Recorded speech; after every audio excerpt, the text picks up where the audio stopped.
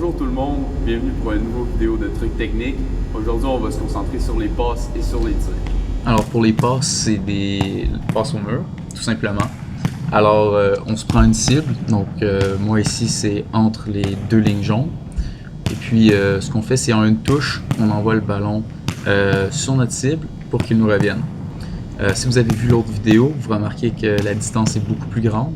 Ce que ça fait, c'est que les passes, en plus d'être assez puissantes pour revenir, doivent être plus précises parce que moindrement que le ballon n'est pas frappé droit, il va plus changer de trajectoire et ça va casser votre rythme de passe.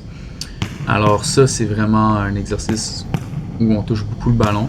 Alors ça développe la technique. Et puis ce que ça va faire, c'est dans un match, les passes en une touche vont être plus assurées. Ce que vous pouvez faire aussi, c'est pour contrôler en même temps le ballon. Alors ce que vous faites, c'est une passe contre le mur, vous contrôlez, passez avec un autre pied. Cet exercice-là est très répétitif. Ce que vous pouvez faire quand vous êtes à l'aise, c'est regarder où vous allez donner le ballon avant. Comme ça, dans un match, ça va améliorer votre prise d'information et vous allez jouer plus vite. Alors pour commencer, le coup de pied normal, donc avec les lacets, alors on place son pied d'appui à côté. Le pied d'appui vise la cible. Alors si je visais la caméra, je serais placé comme ceci. Ensuite, on essaie de frapper avec cette partie du soulier pour avoir une bonne surface de contact et pour que le coup soit assez précis et puissant. Alors, ce qu'on va faire, c'est qu'on va la frapper à peu près au centre du ballon et ce qu'on va faire, c'est avec le mollet, donner un mouvement de fouet. Alors, quand on va frapper, on va faire ça comme ça pour avoir de la force dans notre frappe.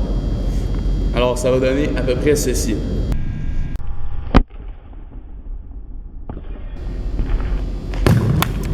Vous pouvez aussi utiliser un tir avec la semelle.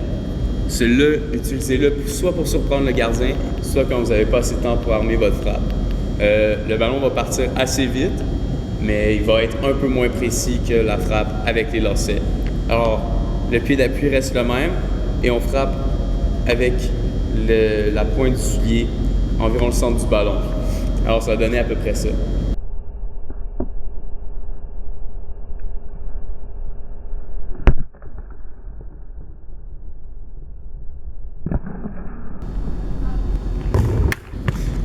Si vous êtes quand même proche du but et que vous avez seulement à faire une balle placée pour finir, utilisez un peu l'intérieur du pied. Ce que ça va faire, c'est que ça va donner un peu de courbe dans le ballon et ça peut donner aussi beaucoup plus de précision que juste la frappe avec les lacets. Alors pour le pied d'appui, c'est la même chose. On regarde où est-ce qu'on veut viser et quand on frappe, on fait un petit mouvement circulaire sur le ballon pour que celui-ci tourne. Alors s'il est bien frappé, il va tourner comme ça. Ce que je vous conseille, c'est de viser, si vous faites une courbe intérieure, viser un peu plus à droite. Comme ça, le ballon, quand il va courber, il va atteindre la trajectoire voulue. Alors, ça donne à peu près ça.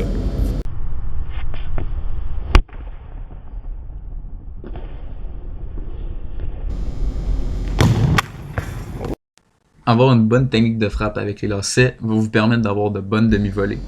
Une demi-volée, c'est dès que le ballon retouche au sol, on le frappe avec les lacets, c'est une frappe qui est lourde. Et ça va aussi vous permettre d'avoir des bonnes volées. Pour les volées, vraiment assurer juste la technique.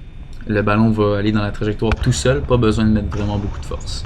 Alors sur ce, merci d'avoir écouté cette vidéo et on se revoit dans un prochain. Merci, au revoir.